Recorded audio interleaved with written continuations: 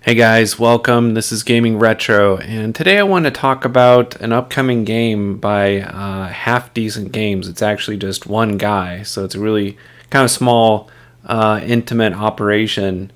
But he's working on this game called Metropolisim, and it looks to be a really kind of neat potential successor to the older SimCity games. I'm thinking even before the launch of SimCity 4, SimCity 2000, SimCity 3000, and incorporating still some of the attributes of the newer city building games, of course, SimCity 2013 and City Skylines now, which is for some very good reasons much more popular and essentially has taken over that entire line, that genre of city building games. But even though the game Metropolitan looks like it's aesthetically, graphically kind of simplistic in styling and design, kind of reminds me a bit of Kingdoms and Castles, the kind of blocky, simplistic design. But underneath the hood, it sounds like this game is going to be actually pretty complex. And so I wanted to share with you three big things that have me excited about this game, which is slated for release sometime in 2020.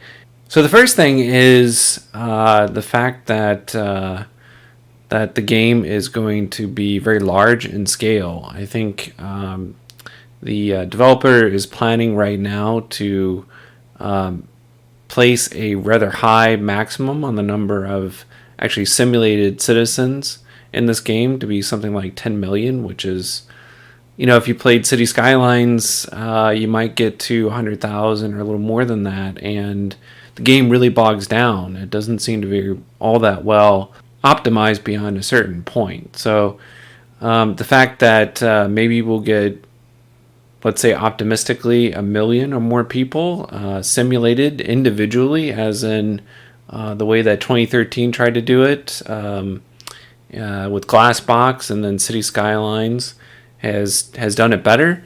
But there's still some issues with pathfinding and all that stuff, actually simulating individual people as they go about their daily routine from home to work and so forth and other places is fairly complicated. So even if it gets anywhere near 1 million people simulated individually, totally on board with that and really excited.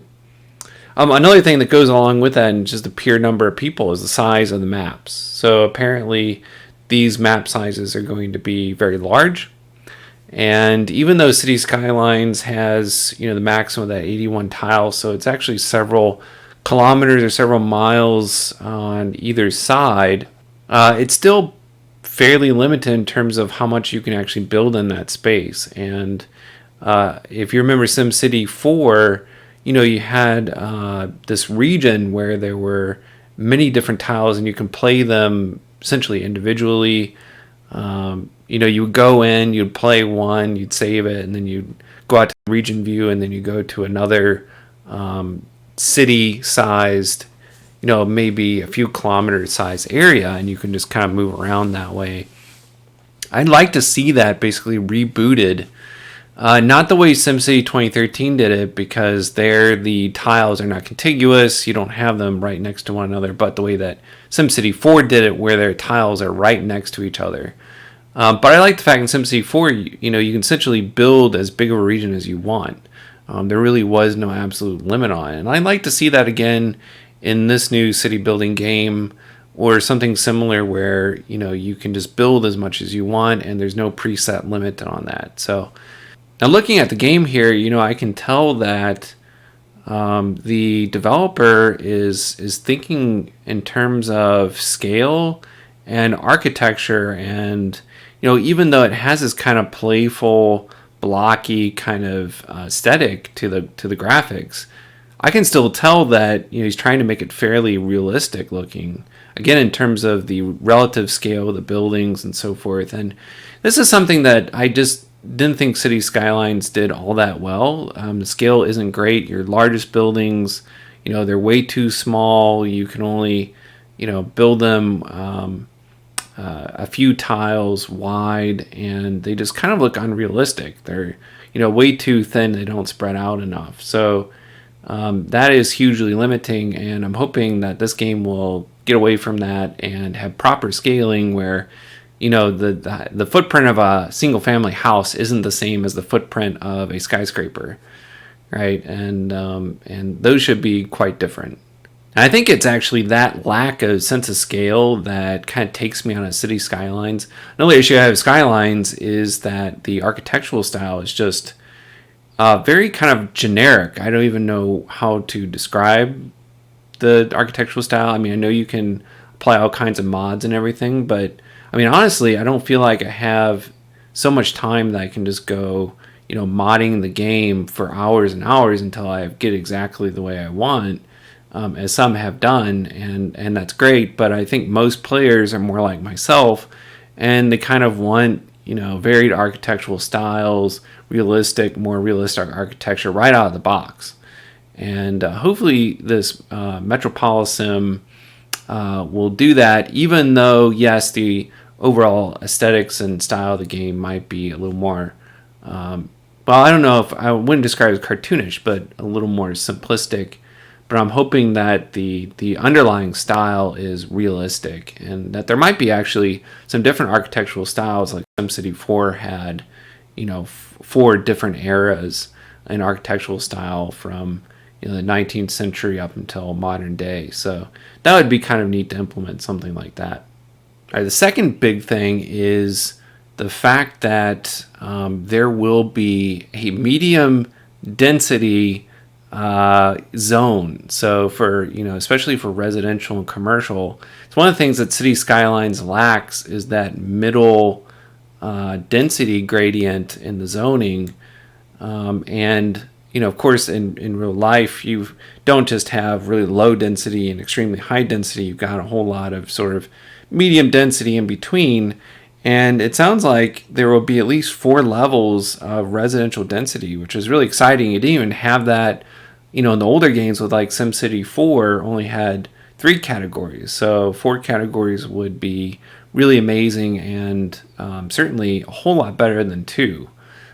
Because, if you're trying to make a realistic looking city, and let's say you don't want to screw around with tons of mods, the fact that you can zone and specify in particular, okay, I want, apartment buildings to be here, but I don't want them to be huge towers, then you can zone medium density, maybe even like low medium density, and get pretty much the right, height and size of buildings that you want in that part of the city.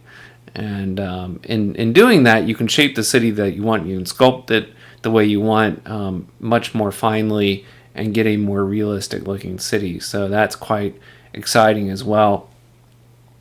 And one other thing I want to mention, it sounds like there's going to be quite a few transportation options. It doesn't look like the road network, even though it's going to allow diagonals, it's not going to allow curved roads. It doesn't look like it yet anyway at this stage, which is kind of a bummer. Kind of after City Skylines and SimCity 2013, we've kind of gotten used to this idea of being able to build on curved roads, and it does make things more realistic. So that would be kind of unfortunate if that isn't included, but that's something that I can get over, especially if you can build fronting the road even though it's diagonal, which is something you couldn't do in SimCity 4, and made that a bit awkward because you could build diagonal roads, but the buildings would not actually face the road, and that didn't look great, to be honest. So does look like there's going to be weather as well, but that's very clearly in its early stage, and I don't know how that's actually going to play out in the game. But it's an exciting idea that would be really great to add to the game. Something that City Skylines plays with a little bit with snowfall and so forth, but to just add it as a regular part of the game would be a really neat concept. So the third big thing is this idea of city focusing on certain areas and certain priorities. So you have this to a degree in City Skylines, And certainly in SimCity 2013, it was kind of built around this idea that you have specialized cities. But it doesn't sound like it's going to take it quite that far, but instead that you can focus on, say, his example was sports.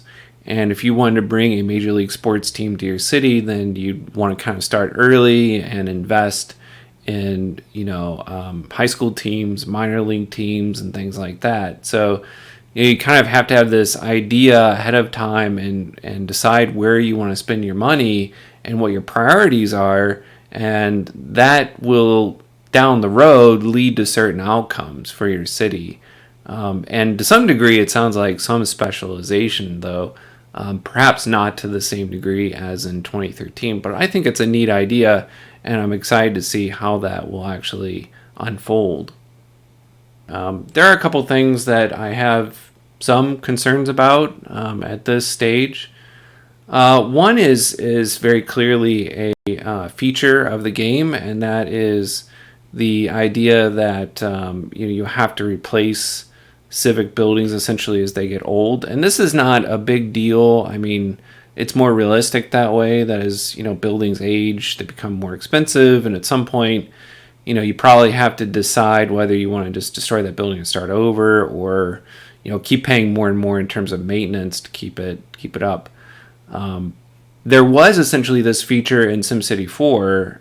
If you played that game, you probably know it pretty well. The power plants, at least, they would age and become inefficient, and eventually it would just make sense to bulldoze them and build a new plant. And to be perfectly honest, if you're playing the game at full speed, then you might actually be replacing these plants fairly often, which is something I ended up doing. And even though it did tend to make things more realistic, I suppose, from a financial managing standpoint, it didn't really add to the gameplay. It didn't make it, more fun to play. And in fact, if you had, a wind farm with a whole bunch of these individual turbines producing energy, and they're all growing old, you might actually spend a decent amount of time going through and replacing these. So I don't know. It was more of kind of a frustration and annoyance than anything else, and